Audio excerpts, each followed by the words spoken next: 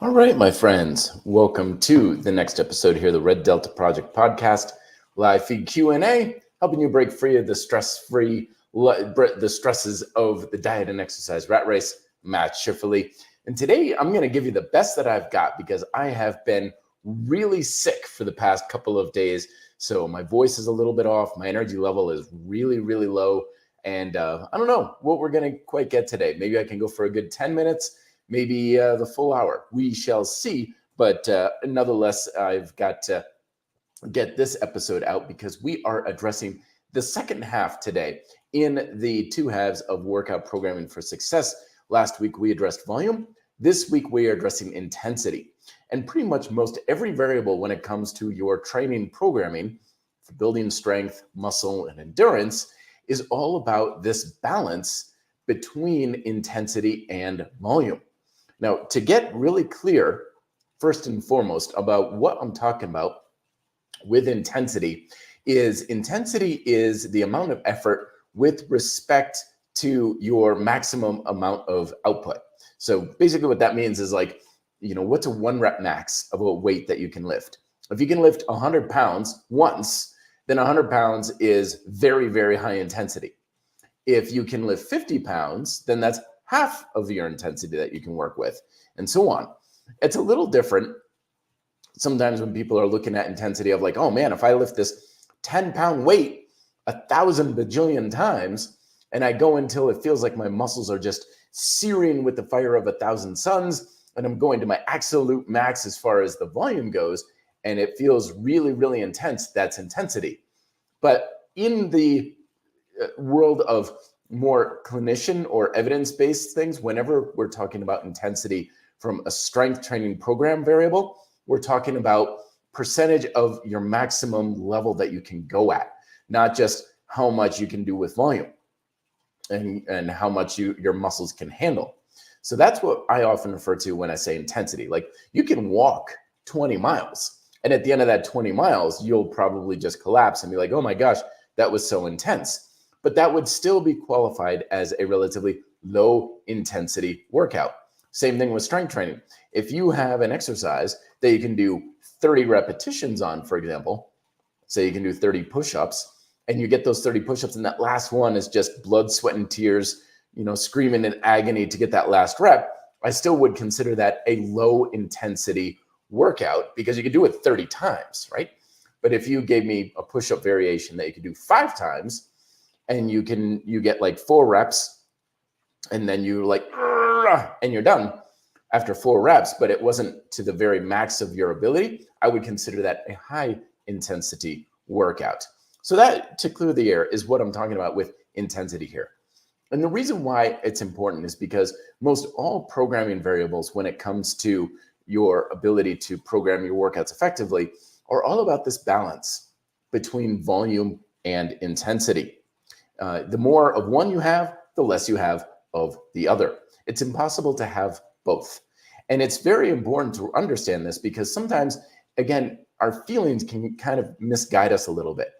Back in the day, I used to actually work with individuals who were working out, and I don't know what they were doing beforehand. I don't know what kind of coaching or workout they were going with before, but they would do an exercise and they'd get like 23 repetitions on.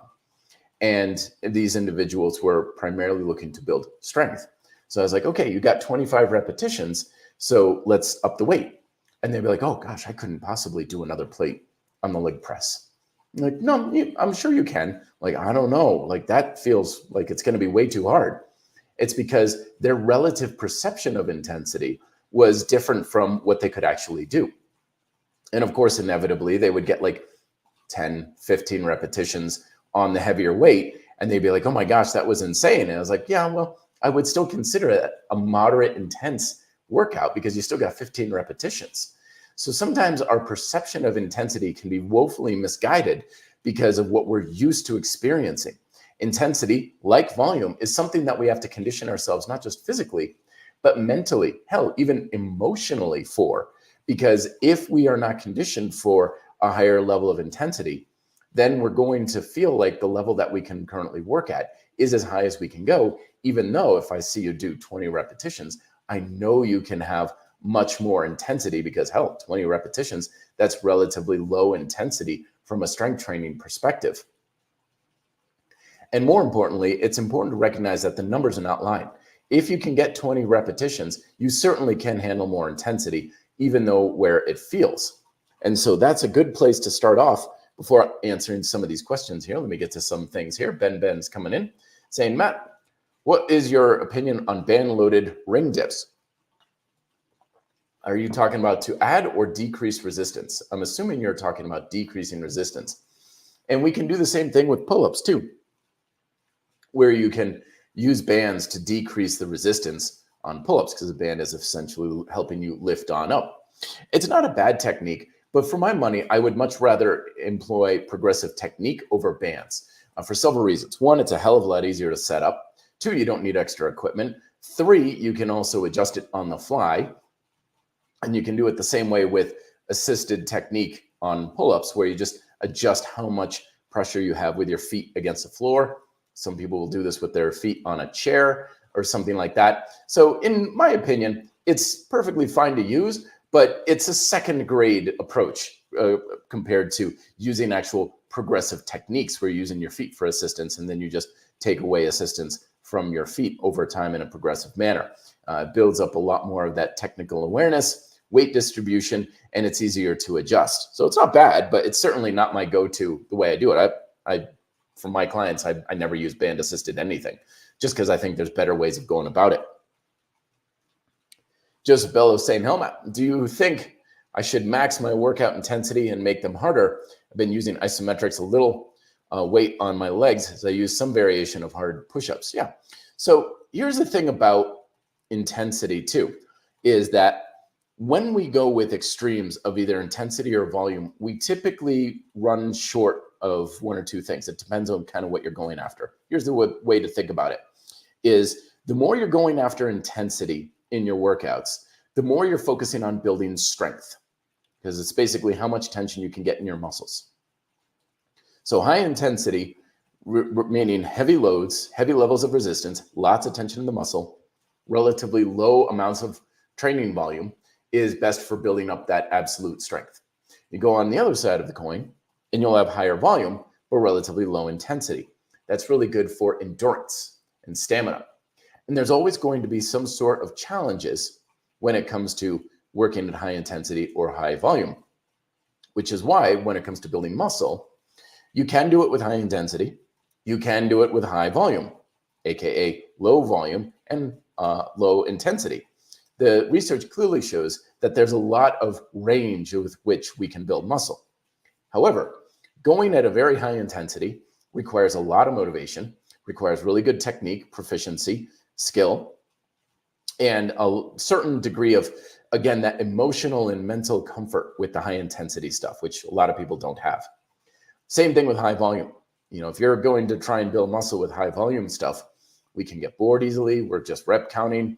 We may be decreasing our technical proficiency in order to make the exercise easier and more efficient. Sometimes we could run into the limitations of other things like cardiovascular limitations, mental, emotional limitations, and so on. So when we're coming to the world of trying to build muscle, we're trying to challenge both volume and intensity, which is why most people will probably build more muscle with a kind of moderate approach to both.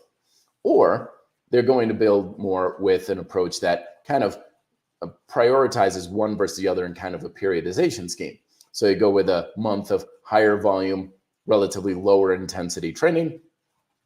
Then they would change gears, go with more higher intensity, lower volume, and kind of bounce back and forth.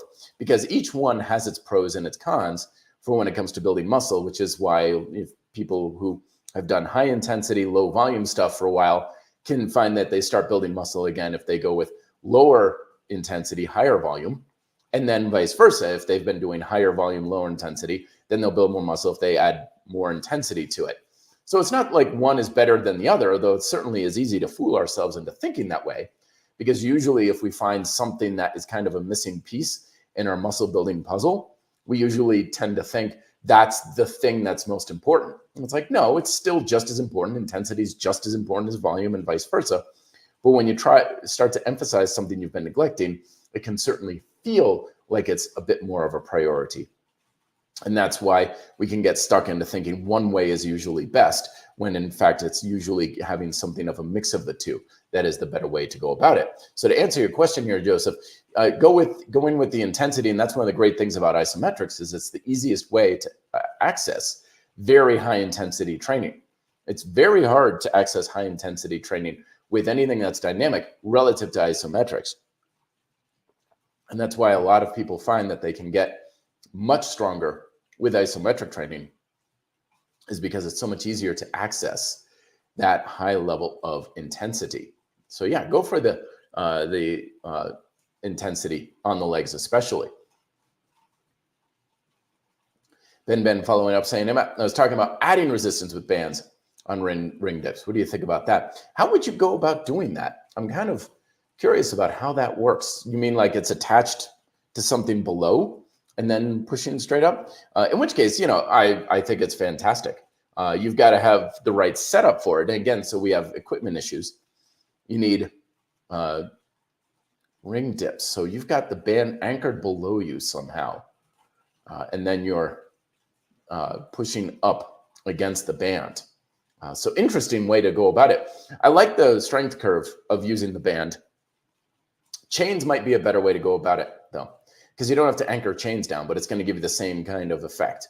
Where the chain falls on the floor, you're going to have less resistance at the bottom, which is why a lot of people do well with that sort of thing, because it's more difficult in the bottom of a dip position, and then the resistance increases as you push yourself up. It's the same thing with the bands. Might be a good way to go with the chains, like on a dip belt or something. But if you can make it work, yeah, go for it. I mean, at the end of the day, resistance is resistance. Intensity is intensity. There's lots of different ways we can change things superficially, but fundamentally, it's the same thing. PB is saying to Matt, you tried eccentric overload devices. I really like the Synapse CCR and would love to see a review of it. I'm not familiar with that one, but I've got several electronic resistance machines here that have a feature that allows that sort of thing. Personally, I'm not a fan at all of eccentric loading as far as a strength training modality. I don't think it's very practical. I don't think it really does anything. Basically, all you're doing is adding a lot of resistance, of course, on the eccentric, which you can handle more resistance there. But the amount of tension in the muscle is no different than if you had a more moderate weight on the concentric.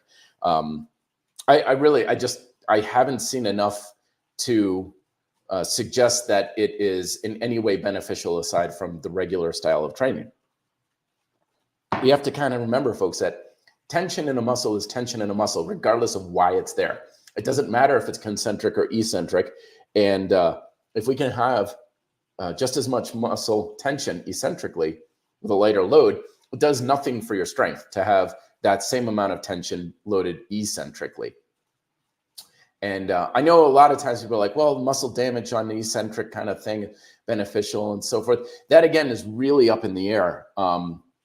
It's one of those things of muscle damage and muscle building are not nearly as connected as they used to be. It probably still plays some role, but probably not nearly as much. I mean, marathon runners have more damage in their legs than anybody, and they're not building bigger muscles.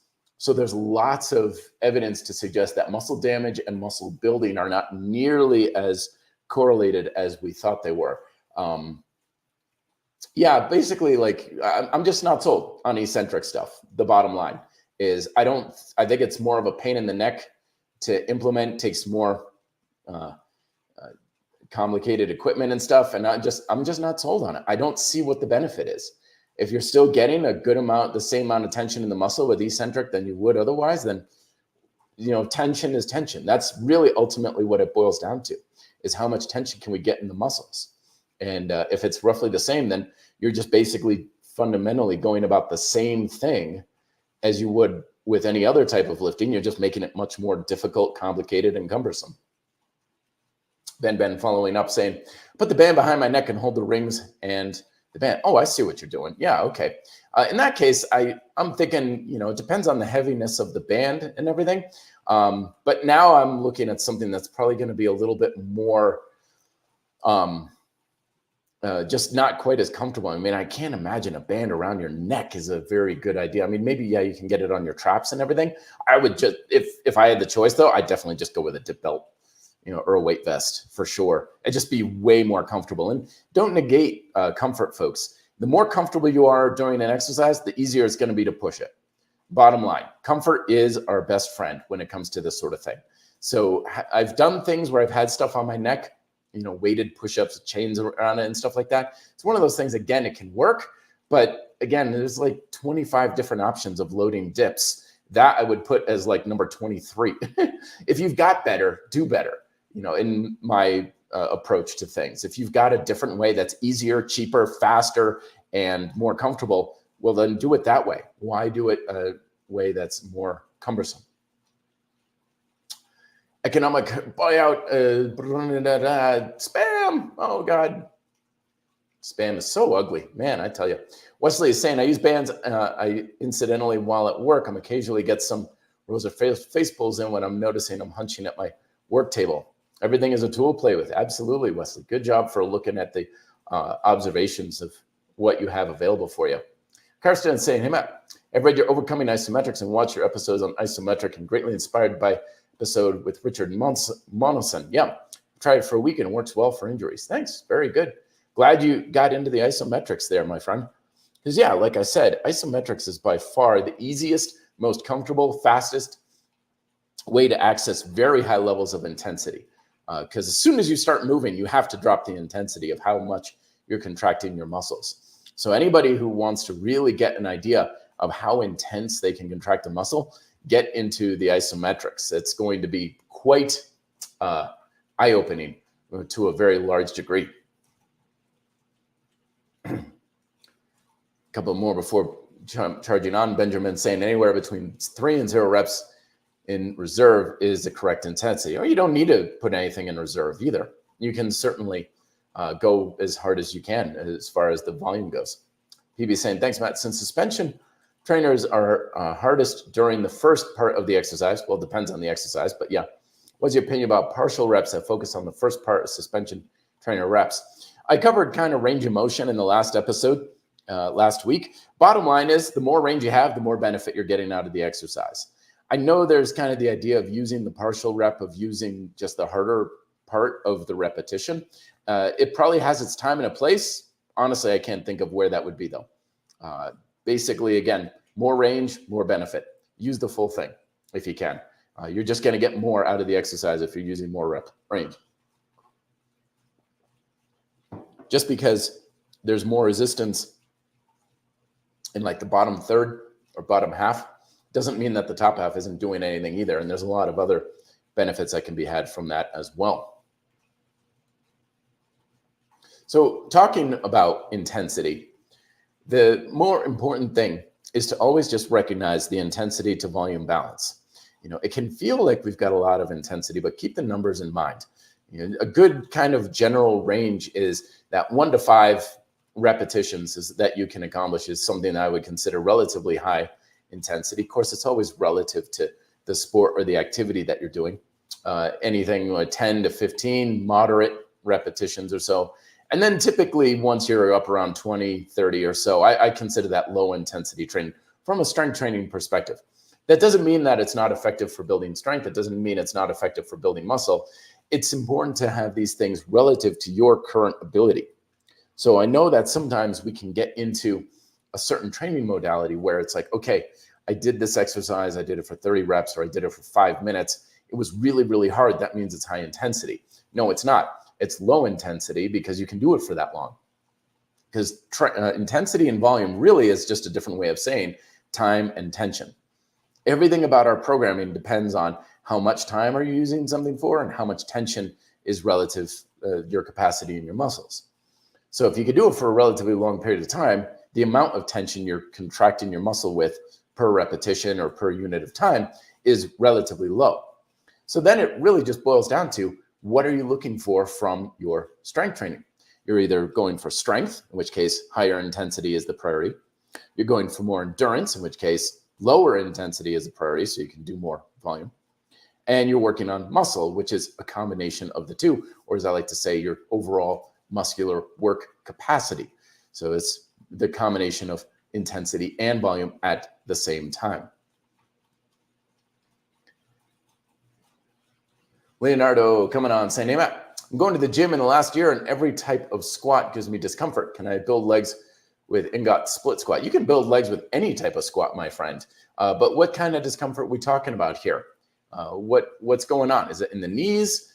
Is it in your back? What's going on? But you're smart to look at the discomfort side of things, because the more comfortable we can be while we're training, the easier it is to push yourself to a higher level.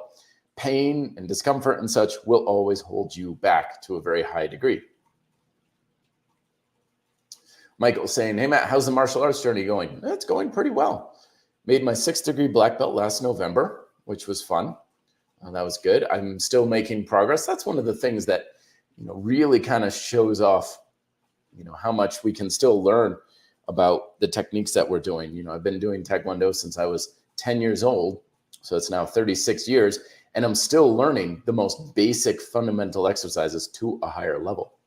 So if I can do front kicks and side kicks and front punches and stuff, still finding ways to do them better after 30 plus years of training, we should still be able to do the same thing with basic fundamental movements like push-ups, pull-ups, squat chain movements, and so on. We can always have more to learn about the basics and the fundamentals. Leonardo following up saying, last year, keeps bringing that back on down. Okay, so when it comes to intensity, what are some of the things that we want to be on the lookout for? Well, one is don't just look at the weight on the bar or the advanced technique in progressive calisthenics that you're using as assuming that's the intensity you're going after. Because just as with going with high volume, we can compensate with our techniques and our body position and reps and tempo and range of motion and all these other sorts of things in order to fool ourselves that we have more intensity than we really do. Classic example is the guy, I used to do this myself, full confession, in the squat rack, who loads up a lot of weight on the bar, but he squats down like a quarter of the depth, right? So even though there's a lot of weight on the bar, his range of motion is making the exercise less intense. So it's not just the amount of resistance that you're working with, or it's not just, can you do a pistol squat or a single arm push-up and so on. We always want to think relative to what the muscle itself is capable of doing. How much tension is in the musculature itself? So let me give you another example. Like I used to squat with so much weight, and then a friend of mine was like, let's see if you can squat like ass to grass with 95 pounds. Just a couple of 25-pound plates on the bar. And of course, I could barely squat ass to grass even with body weight, but he gave me some tips and ideas and things like that. And he was able to get me ass to grass. He's like, okay, now let's do this. So let's actually do it front squat, right? So I was working at a fraction of the weight that I would use back squat, not really squatting all that deep. And I was able to get like 6 repetitions. So if I was smart at the time, I should have looked at that and been like, oh, I can use bigger range of motion. I can use the pause at the bottom, and I can use all these other little technical things to make the exercise a lot more intense and harder with much less weight. It'll be easier on my back. It'll be easier on my knees. It'll be harder on the muscles and a bigger range of motion. It'll improve mobility and all these other sorts of things. Of course, back then, my little ego couldn't handle it. And I was like, okay, I'm never doing that again because I'm not going to be the guy in here squatting 95 pounds.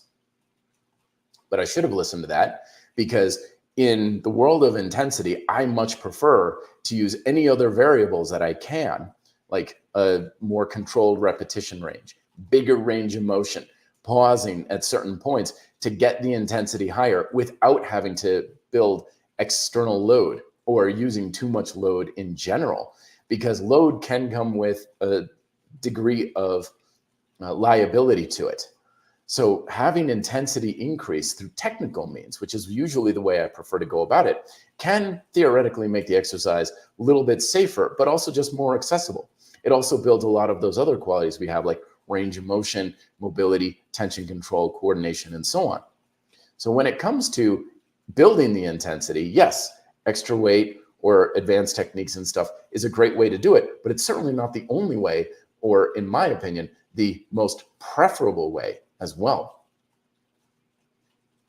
Leonardo was saying, I think it's because I'm very stiff in my lower back. Squat gives me discomfort in the lower abdominal muscles and ankles because I'm stiff in the lower back. Could be. Could also be a hip issue. Lots of times, Leonardo, those things are hip issues where you don't have quite the supportive structure you have for your glutes and your hips and your adductors and your abductors. And that can be a weaker foundation. So you're compensating with your abdominals and your lower back. So in what you were talking about earlier with the squat, like the split squats and stuff, I think that's probably going to be a better way for you to go. In fact, my opinion is that unilateral squat style techniques is what most people should be doing most of the time anyway. You know, bilateral leg stuff can be more satisfying. It can be a lot heavier and stuff, but we almost never use our legs in bilateral fashions. Even when I'm skiing and both of my legs are seemingly next to each other, I'm loading one leg up next to over the other when I'm doing turns and things like that. In fact, I'm writing a new program, a new book called Beautiful Strength, where if you came up to me and you were like, okay, if I wanted to basically use calisthenics to basically produce the most aesthetically pleasing looking physique I could, what would you do? And for legs, it would largely just be lunges because you need a lot more than just bigger muscles to have that aesthetics of your body. And that's a unilateral exercise as well. So I think you're on the right track with the unilateral stuff. Give that a shot is the way I would go with it. As well, I'm saying, hello, Matt. It's been a while seeing you live. Currently eating for fasting in the day. Greetings from Malaysia. Well, enjoy your food, my friend. Hopefully it's very tasty. John is saying, hey, Matt, you seem to be one of the few guys that has large looking legs in calisthenics I've seen. Is that from body weight only, or do you load your body weight movements in any way? So here's the thing that to always recognize, folks. Whenever you see somebody with a particular body or a physique, it's never due to any one thing that you're watching them do, okay? So I've got pretty good looking legs, if I do say so myself. One, a lot of that is just simply because I've got fairly decent looking calves. Okay? Calves are for the aesthetics of the lower body. You could have pencils for legs, but if you've got good looking calves, people will say you have big legs. The same goes the other way. I knew a guy who was an amateur bodybuilder in Vermont, jacked like crazy, huge legs, but he had nothing for calves, and everybody thought his legs were skinny. So that's a big, just aesthetic part of it on my end, is I've been blessed to have really good tension control in my calves because I learned that really early. I also have the genetics to just have the right shape in my calf. So it doesn't have this slow tapering thing. It has this very striking angle at the bottom of the muscle belly. So that makes it look bigger as well, just because I've got better tone to it. And the other thing too, is I've been a mountain biker. I was a mountain bike racer for 16 years, and I've been an avid skier my entire life. And boy, believe me, that stuff will pack on muscle on your legs for sure. So can you look at calisthenics and say my legs look like that because of calisthenics? No. If I did weighted stuff, could you say that? No. Because my legs, the aesthetics, the shape of it, the look of it, can't be down to any one single thing. It's down to lots of things. It's down to my Taekwondo and the deep stances that I used to hold when I was a taiko drummer, and lots of different things. Does my leg training affect my legs now? Absolutely. Sissy squats were one of the best things I ever discovered for my thighs, because I didn't have any like tone or shape in my thighs until I started doing sissy squats to really bring out that rectus femoris. So bottom line is, a lot of people will say, like, can calisthenics do a lot for your legs? Absolutely. But you've got to know how to do that properly. And you've got to know how to really manage it and program it, again, with the intensity and volume side of things. Excuse me, folks, fading a little bit here. In fact, I should probably do that as the episode next week is all about calisthenics leg training. Because the other thing too is when people are like, oh, you can't build good legs with calisthenics. I'm like, well, not the way you're going about it over there. I'm like, I'm watching you do these half-hearted, wobbly, silly kind of programming for your pistol squats and whatnot, and they're ugly as sin. Like, no, you're not going to build big legs with that. Doesn't matter if it's calisthenics or whatnot. A lot of your potential to get a good result depends more on you and your proficiency with the method than the method itself. And I know that's not quite what we want to hear, because we want to hear, if I do this exercise, will I build big legs? If I do this exercise, will I get good abs? There's absolutely no way to know. because there are so many variables outside of the method that also play a very big collective influential role in your results. So you can have one guy who does calisthenics and gets amazing legs, another guy who does calisthenics and gets skinnier legs, because it's not the method. The only thing that you need from your method to make it a viable source for building muscle and strength is progressive resistance. If you have that, the method is as good as it's ever going to get for its ability to produce results for you. Aside from that, the rest, it all depends on you. So I would say, yeah, the calisthenics definitely played a big role in my legs, but is that the most important thing? Not even close.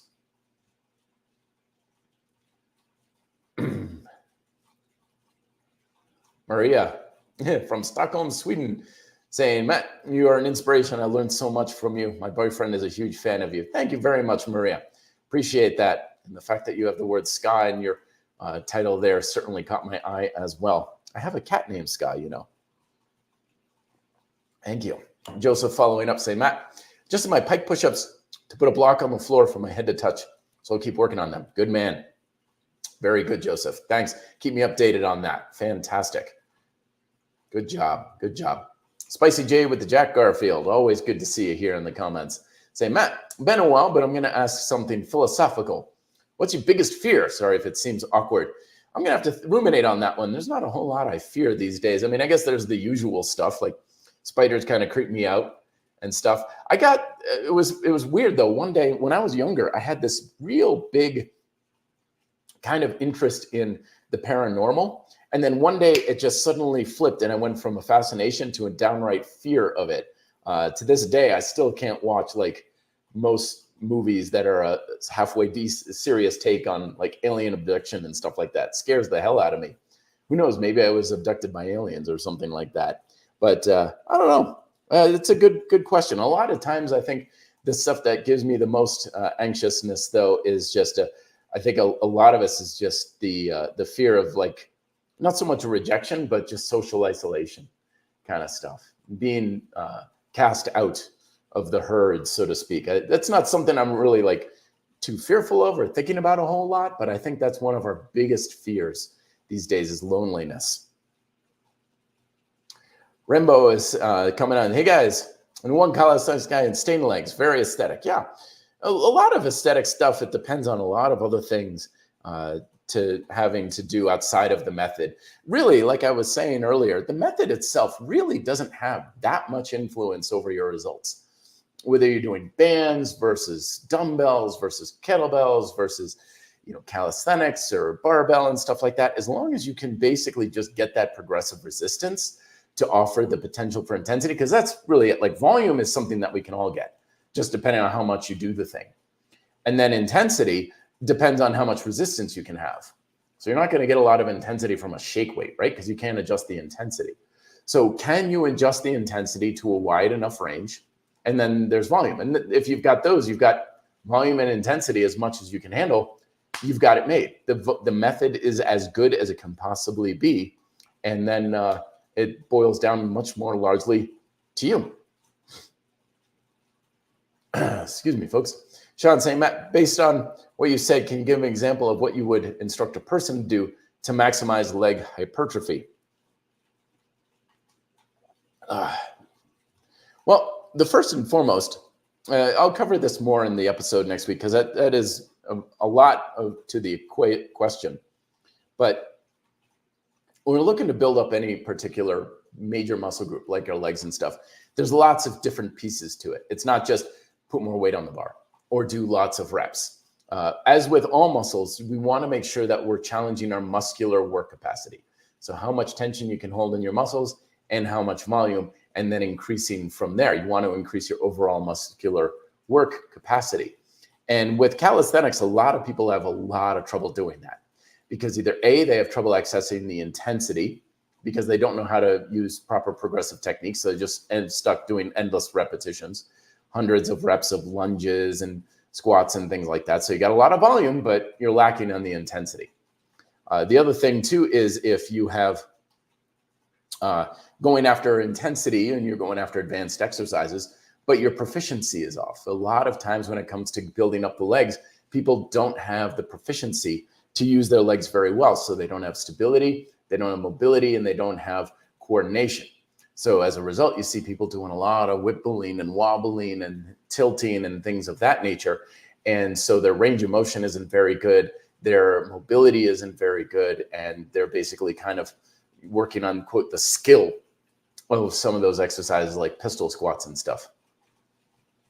And that's why I'm always advocating having a little bit of like upper body assistance when we're doing things on single leg nature. Very rarely will I have people do regular pistol squats or anything without any upper body assistance, because we want to challenge our muscular work capacity. And if your cardio or your stability is more of a limiting factor, then no, you're not going to be able to challenge your muscular work capacity nearly to the degree you would otherwise. So that's the biggest things that I would say would be really challenging. And then it's also just simply to a large degree, a mental thing, a mind game. You know, when we're doing our legs, it's hard. There's a reason why people skip leg day. It takes a lot of fortitude and focus to really push the legs really hard. And that's why I think a lot of times people are going to do a lot better with single joint stuff. The things that focus on the quads, things that focus on the hamstrings, hamstring curls, on suspension straps, sissy squats and stuff, because it's just a lot easier to push the muscular work capacity of the quads and the hamstrings with those, as opposed to more compound-based movements. And I think that can go a long way at helping you build up your legs with calisthenics. How's one saying to Matt, any advice for recommendations building and engaging more on the abs with compound movements? For now, still sticking with the PPS method, doing the push-ups, pull-ups, and weighted squat. Very good. So first and foremost is, can you engage the abdominals very well? You know, that's always something that a lot of people have trouble with, is being able to effectively engage the abdominals, particularly with the push-ups. When you are doing push-up style training, you want to make sure your glutes and your abdominals are working very hard to maintain that stability. So before you get into applying resistance on your hands, you want to try and tense your abdominals and your glutes very hard and keep them that way. So it should feel a bit of a burn in the abdominals when you're doing your push-ups. Usually when I'm coaching people for this, I'll have them lay down flat on the floor and then engage their abs and their glutes really hard and then push up off the floor. And that can help to set the amount of tension in those muscles to a very high degree. That's what I would recommend. You can do it a little bit when you're doing your pull-ups as well. Make sure that your hips are slightly hinged, so your feet are slightly in front of you, that you don't have your body in a completely straight line. That will help to engage the abdominals a little bit more as well. And then once you've got that ability to engage the abs at will, then you can apply it as well into your leg training for better activation as well. All right, folks. I am fading very quickly here. I'm just going to get to a couple more questions, but let's put a bow on this whole intensity thing. Is more intensity something you should be looking for? Well, maybe not. It depends on what your objectives are. If you're going more for endurance, then yes, you want to certainly increase intensity to some degree along the lines, because intensity and volume are kind of two sides to the same coin. And you can certainly engage with more endurance if you increase your intensity a little bit, but don't make intensity the primary aspect of what your training is. But if you're looking for strength, for power, for things that require a large degree of tension in your muscles, then yeah, you want to focus on intensity, and you want the volume to be whatever you can do with the amount of intensity. Don't just keep going for more and more volume. My general rule of thumb with adaptive training is, once you start to notice that your ability to handle the exercise at a given level of intensity is dropping off, you're done. So if you're doing, for example, like one arm push-ups and you're getting sets of 3, once you're struggling to get that and you're like, okay, I can maybe get 1 repetition, it's getting kind of sloppy, you're done. Could be after 2 sets, could be after 6 sets. But it's most important for the skill of generating that much intensity. And then when it comes to combining the two, you can do with a periodization scheme. You can go with more of a middle ground, like the 8 to 12 coveted hypertrophy rep range and so on. But use intensity with volume. You balance the two out. Don't think that one is most important than the other, especially when it comes to building muscle. They're both very much important. And it's the mixture of the two that is how we program for effective workouts. Last couple here. Wesley say, Matt, what isometrics would you recommend for back bridging? Well, get no back bridge and hold it. There's your isometric. Otherwise, if you're talking about isometrics, like with a isomax or straps or something, isometric deadlift is a good way to go about it. Or if you have the ability to put a bar on your back, you have isometric, like good mornings and stuff. But the back bridge is typically practiced in an isometric fashion. So it's largely an isometric in its own right. Sean is saying, Matt, I think I might sign up for some feedback on a program I'm doing to get clearer on the leg programming and execution of movements, maybe form review. Is that coaching or ask me anything? No, if you want me to take a look at anything specific, remember, folks, that I offer my micro coaching over at reddeltaproject.com. So I've got 3 coaching options over at Red Delta Project. One is in person, one is remote, and then one is micro coaching. And the micro coaching is really simple. It's just a simple email exchange. You can send me videos or photos or anything of you doing techniques. And all you do is send me that, and it's a nominal fee. And then you can get one-on-one coaching from me over that thing, whether it's technique or working with programming or whatnot. So go over to reddeltaproject.com and you can check that out there, Sean. All right, very good, folks. Well, I am going to cut this one a little bit short because my body's already telling me I'm pushing things a little bit more than I should for the moment. So thank you so much, everybody, for coming on. Sincerely appreciate it. I promise I'll be healthier and back in proper form for everything next week, where we will talk about building stronger, bigger legs with calisthenics training. Don't want to miss that. You can get also the audio replays to all these wherever you get your podcast. And it's, of course, available on the live portion on my YouTube channel, Red Delta Project YouTube channel as well. So thank you very much, everybody. I will talk to you next week. Till then, be fit and live free.